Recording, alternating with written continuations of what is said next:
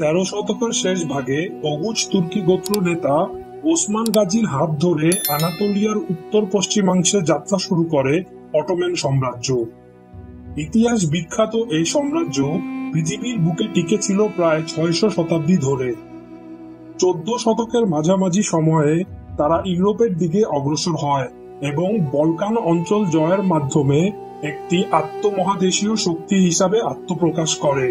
15 শতকের মাঝামাঝি সময়ে কনস্টান্টিনোপল জয়ের মাধ্যমে বাইজেন্টাইন সাম্রাজ্যের পতন ঘটান অটোমান সুলতান দ্বিতীয় মেহমেদ।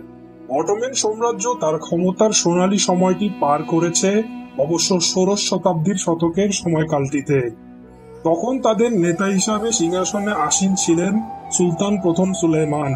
তখন এটি একটি বহুজাতিক বহুভাষিক সাম্রাজ্যে পরিণত হয়েছিল। দক্ষিণ পূর্ব ইউরোপের অধিকাংশ, মধ্য ইউরোপের কিছু অঞ্চল, পশ্চিম এশিয়া, ককেশাস অঞ্চল, উত্তর আফ্রিকা এবং হর্ন অফ আফ্রিকা বলে পরিচিত উত্তর পূর্ব আফ্রিকার উপদ্বীপের উপর ছিল তাদের পূর্ণ নিয়ন্ত্রণ। 18 শতকের মাঝামাঝি সময়ে এসে অবশ্য দৃশ্যপাট পাল্টাতে শুরু করে। প্রায় 450 বছর বয়সী এই সাম্রাজ্যটিও যেন তখন বয়সের ভারে নুজু হওয়া শুরু করেছিল। ইউরোপীয় প্রতিপক্ষ রাশিয়ান সাম্রাজ্য ও হাবসবুর্গ সাম্রাজ্যের তুলনায় তাদের সামরিক শক্তি ততদিন হ্রাস পাওয়া শুরু করেছিল। এরই ফলস্বরূপ 18 শতকের শেষে এবং 19 শতকের শুরুর দিকে বেশ কিছু যুদ্ধে পরাজয় মেনে নিতে হয় এই অটোমান সাম্রাজ্যের।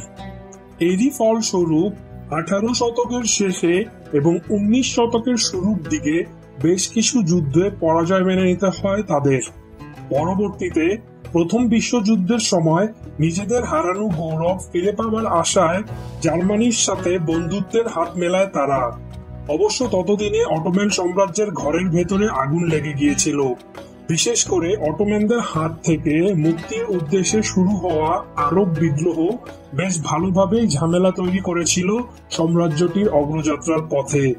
আর্মেনিয়ান, আইসিরিয়ান ও গ্রিকদের উপর চালানো গণহত্যার কথা এক্ষেত্রে অবশ্যই উল্লেখ করতে হবে।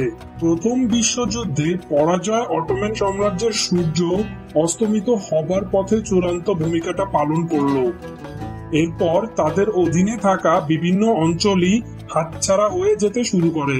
প্রায় 620 বছরের বৃদ্ধ অটোমান সাম্রাজ্যের জন্য শেষ পর্যন্ত কবর খুঁড়েছিল তুর্কিদের স্বাধীনতা যুদ্ধ। এই যুদ্ধে তুর্কিদের বিজয়ে বিশ্বে অটোমান সুলতানি শাসন অবস্থার বিলুপ্তি ঘটিয়ে দেয়, পতন ঘটায় ইসলামিক খেলাফতের। সেই হিসাবে অটোমান রাজবংশের দ্বিতীয় আবদ আল মাজিদকেও বলা যায় এখন পর্যন্ত মুসলিম বিশ্বের সর্বশেষ খলিফা। দীর্ঘ এই সময়কালে নানা ঘাত প্রতিঘাত, উত্থান পতন, জয় পরাজয়ের মাঝে দিয়ে গিয়েছে সাম্রাজ্যটির। 6 শতাব্দী জুড়ে বিস্তৃত এর শাসন আমলে মোট 36 জন সুলতান বসেছিলেন অটোমানদের নেতার আসনে। অভ্যুদয়, অরাজকতা, বিশ্বাস, রূপান্তর, নিশ্চল অবস্থা ও পুনর্গঠন, আধুনিকীকরণ ও আবাসন এই 7 ভাগে ভাগ করা যায় 36 সুলতানের শাসনামল।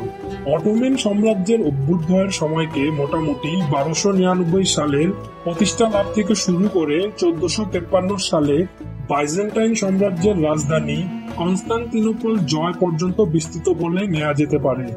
এ সময়ে পর্যায়ক্রমে বিভিন্ন সুলতানের শাসন আমলে বিকশিত হতে থাকে অটোমান সাম্রাজ্য।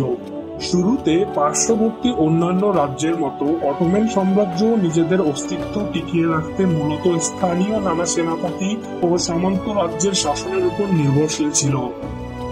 ধীরে ধীরে সময় যেতে থাকে, পরিবর্তিত হতে থাকে অটোমান সাম্রাজ্যের অবস্থা।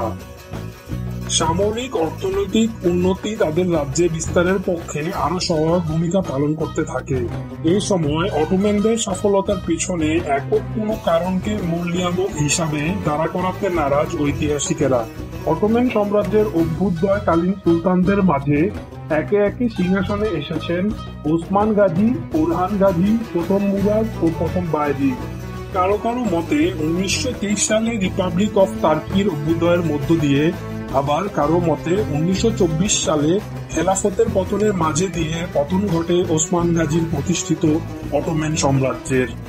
দুঃখজনক ব্যাপার হলো ওসমান গাজীর শাসন আমল সম্পর্কে খুবই কম জানা গিয়েছে। তার মৃত্যুর প্রায় এক শতাব্দী পর ঐতিহাসিকেরা তার জীবনী রচনায় হাত দিয়েছিলেন। তাই ওসমান গাজীর জীবন সম্পর্কে প্রচলিত কথাগুলোর কোনোটা বাস্তব, কোনোটা কাল্পনিক। সেগুলোর মাঝে পার্থক্য করা ঐতিহাসিকদের জন্য বেশ কঠিন বটে। ওসমান গাজী কবে জন্মগ্রহণ করেছিলেন সে বিষয়েও রয়েছে বিতর্ক। 1254, 1255 কিংবা 1259 এই 3 বছরের যে কোনো একটিতে জন্মগ্রহণ করেছিলেন তিনি। তার জন্মের সময়ে রাজনৈতিক পরিস্থিতি নিয়ে একটু কথা না বললেই নয়। মোটামুটি 330 খ্রিস্টাব্দের দিকে যাত্রা শুরু করা বাইজেন্টাইন সাম্রাজ্যের বয়স ততদিনে 900 বছর ছাড়িয়ে গিয়েছিল। তখন কনস্টান্টিনোপল ছিল এর রাজধানী। স্বাভাবিকভাবে অতীতের জৌলুস অনেকটাই হারিয়ে ফেলেছিল সাম্রাজ্যটি। 1204 খ্রিস্টাব্দে চতুর্থ ক্রুসেডের সময় ল্যাটিন নাইটদের হাতে কনস্টান্টিনোপলের পতন যেন বাইজেন্টাইনের দুর্বলতাকে চোখে আঙুল দিয়ে দেখিয়ে দেয়। এই বাইজেন্টাইন সাম্রাজ্যের পূর্ব পাশে ছিল সেলজুক সাম্রাজ্য। পূর্ব Asia Minor, Syria, Mesopotamia, Armenia, পারস্যর কিছু অংশ এবং পশ্চিম তুর্কিস্তান ছিল এই সেলজুক সাম্রাজ্যের অন্তর্গত।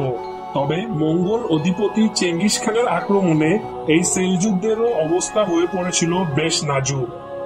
শেষ পর্যন্ত ওজাদায়ের যুদ্ধে মঙ্গলদের কাছে চূড়ান্ত পরাজয়ে সেলজুকরা তাদের বশত্ব মেনে নিতে বাধ্য হয়।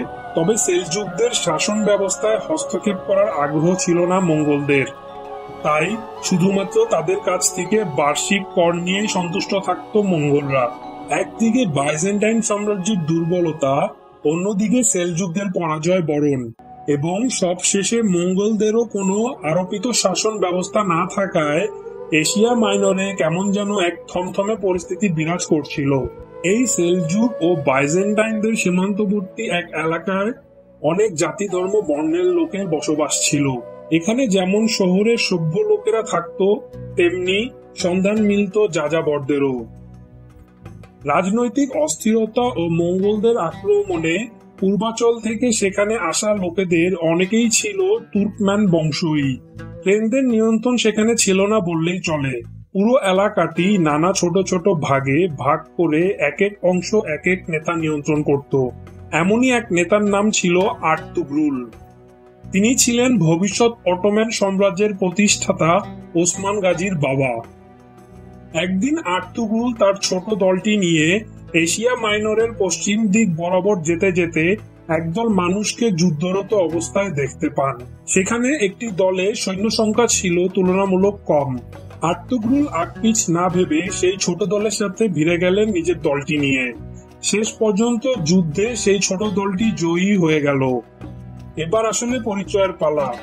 আর্তুগ্রুল জানতে পারলেন যে ছোট দলটি আসলে ছিল সেলজুক সুলতান আলাউদ্দিনের, আর পরাজিত পক্ষটি ছিল মঙ্গল আক্রমণকারীদের।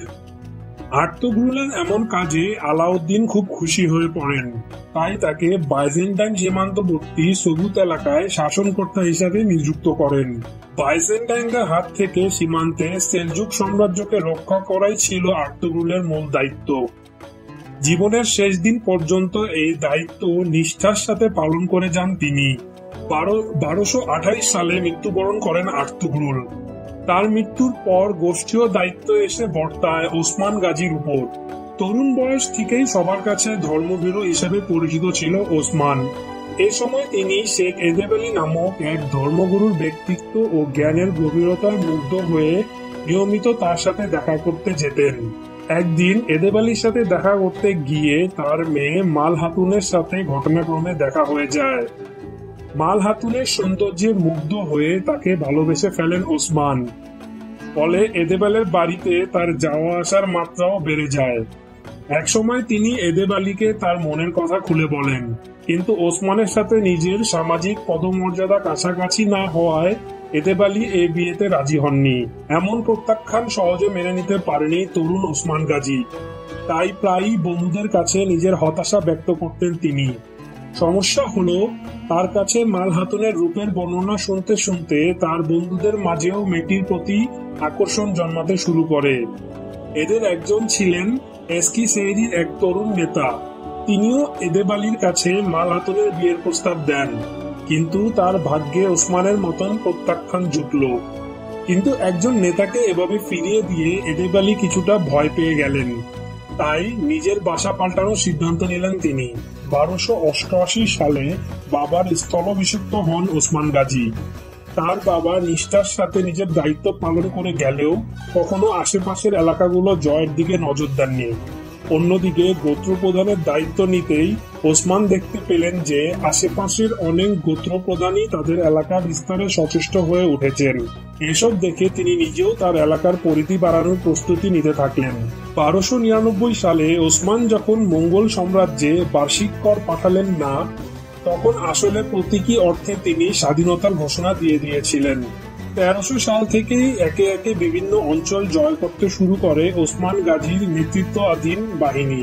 সাকারওয়া নদীর পশ্চিমাঞ্চল, এস্কিসেইরির দক্ষিণ ভাগ, অলিম্পাস পর্বত ও মারমারা সাগরের উত্তর পশ্চিম অঞ্চল তার সাম্রাজ্যভুক্ত হয়। এস্কিসেইরি, বেলজিক, ইউনানু থেকে শুরু করে ইয়েনিসেইরির বিভিন্ন গুরুত্বপূর্ণ দুর্গ ও নগর নিজেদের দখলে নিয়ে নেয় ওসমান বাহিনী। নবগঠিত অটোমান রাজ্যের রাজধানী হিসাবে বেছে নেওয়া হয় ইয়েনিসেইরিকে। বুরসা, কিয়া কিংবা নিকোমেডিয়ার মতো গুরুত্বপূর্ণ ও সুরক্ষিত নগরগুলো দখল করার মতন শক্তি অবশ্য তখনও অর্জন করতে পারেনি তার বাহিনী। অলিম্পাস পর্বতের পাদদেশে অবস্থিত বার্সা ছিল বেশ সুরক্ষিত এক নগরী। এর চারদিকে ছিল উঁচু দেয়াল দিয়ে ঘেরা, সেই সঙ্গে বিভিন্ন দুর্গ ও প্রতিরক্ষা টাওয়ার প্রতিনিয়ত এর নিরাপত্তা নিশ্চিত করে যাচ্ছিল। 1308 সালে মারমারা সমুদ্রে পৌঁছে বার্সার পার্শ্ববর্তী স্থলভূমি দখলে নিয়ে তাদেরকে স্থলপথে বাইরের জগৎ থেকে বিচ্ছিন্ন করে দেয় ওসমান গাজীর বাহিনী। অবশ্য তখনও মুদানোয়া বন্দর দিয়ে বার্সার অধিবাসীরা দরকারি রসদ আনা নেওয়া ও অন্যান্য যোগাযোগের কাজ চলাতো। সরাসরি আক্রমণ চালিয়ে নগরটি দখল করার সুযোগ না থাকায় ওসমান তার বাহিনীকে এর চারদিক অবরোধ অব্যাহত রাখতে বলেন। 1321 সালের শেষ পর্যন্ত ওসমান বাহিনী মুদানোয়া বন্দর দখলে নিতে সক্ষম হলে বার্সা বাইরের জগৎ থেকে একেবারে বিচ্ছিন্ন হয়ে যায়। অবশ্য বার্সার অধিবাসীরাও এত সহজে হার মানতে রাজি ছিল না। তাই এরপরও আরো 5 বছর পর্যন্ত তারা মাথা নত করেনি ওসমান গাজীর বাহিনীর কাছে। শেষ পর্যন্ত 1326 সালের 6 এপ্রিল তারা পরাজয় মেনে নিতে বাধ্য হয়। এতদিন ধরে নানা যুদ্ধে ওসমান গাজী জয় পেলেও সেগুলো ছিল বিভিন্ন বর্বর জাতির বিরুদ্ধে জয়। অন্যদিকে বার্সা ছিল তৎকালীন এক গুরুত্বপূর্ণ বাণিজ্যিক কেন্দ্র। এই জয়ের ফলে মধ্যপ্রাচ্য ও পূর্ব ইউরোপে রাজনৈতিক অর্থনৈতিক মানচিত্রের এক গুরুত্বপূর্ণ অংশ হয়ে উঠল অটোম্যানরা। ততদিনে অবশ্য বয়সের ভারে নুয়ে পড়েছিলেন ওসমান গাজী। 1254 খ্রিস্টাব্দে তার জন্মসাল ধরে নিলে তখন তার বয়স ছিল 72 বছর। বয়সজনিত নানা অসুস্থতার জন্য তখন তার বড় ছেলে ওরহান গাজীর হাতেই নিজ বাহিনীর দায়িত্ব অর্পণ করেছিলেন তিনি। কথিত আছে যে মৃত্যুর আগে তিনি ওরহানকে উপদেশ দিয়ে গিয়েছিলেন রাজ্য পরিচালনার ব্যাপারে। তিনি বলেছিলেন, কোট, বাবা, আমি মারা যাচ্ছি, আমি কোনো দুঃখ ছাড়াই মারা যাব, কারণ তোমার মতো একজনকে আমি উত্তরসূরি হিসেবে রেখে যাচ্ছি। ন্যায়পরায়ণ হয়েও, সৎগণকে ভালোবেসো আর দায়শীল হয়েও, তোমার অধীনস্থ সবাইকে সমান নিরাপত্তা দিও, আর নবীজি সাল্লাল্লাহু আলাইহি ওয়াসাল্লামের প্রচারিত আইনকে আরো প্রসারিত করো। দুনিয়াতে এগুলোই একজন রাজপুত্রের দায়িত্ব এবং এগুলোই তাদের জীবনে জান্নাতের আশীর্বাদ বয়ে আনে। সদ্য সাম্রাজ্যভুক্ত বার্সা নগরীতে তাকে কবর দিতে বলেছিলেন ওসমান। সেই সাথে একে অটোমান সাম্রাজ্যের রাজধানী বানানোরও নির্দেশ দিয়ে যান তিনি। কিছুকাল পরেই মৃত্যুর কোলে ঢলে পড়েন অটোমান সাম্রাজ্যের প্রতিষ্ঠাতা ওসমান গাজী। শেষ ইচ্ছা অনুযায়ী তাকে বুরসাতেই কবর দেওয়া হয়। মৃত্যুকালে বাইজেন্টাইন ও মঙ্গল এই উভয় পক্ষের নিয়ন্ত্রণ মুক্ত এক স্বাধীন রাজ্য রেখে যেতে সক্ষম হয়েছিলেন ওসমান গাজী। বাইজেন্টাইনদের দুর্বলতা অনুধাবন করতে পেরে তিনি তাদের উপর বিভিন্ন সময় আক্রমণ চালিয়েছিলেন। তার যুদ্ধ জয়ের কারণ ছিল যে তিনি বিভিন্ন গোত্রপতিদেরকে তার যুদ্ধের আদর্শে উদ্বুদ্ধ করে এক পতাকা তলে নিয়ে আসতে সক্ষম হয়েছিলেন। অধিকাংশ ইতিহাসবাদী এ ব্যাপারে একমত পোষণ করে থাকেন। ব্যক্তি ও শাসক হিসাবে সকলের কাছে বেশ সম্মান ও শ্রদ্ধার পাত্র ছিলেন ওসমান গাজী। জনগণের সাথে ন্যায়সঙ্গত আচরণ ও সমান দৃষ্টিতে দেখার ব্যাপারেও সুনাম ছিল তার। ধর্ম বর্ণ নির্বিশেষে সকলেই তার কাছে সমান মর্যাদা পেত। তারপরেও ওসমান গাজী সম্পর্কে একটি কাহিনী প্রচলিত আছে, যার সত্যতা অবশ্য প্রশ্নবিদ্ধ।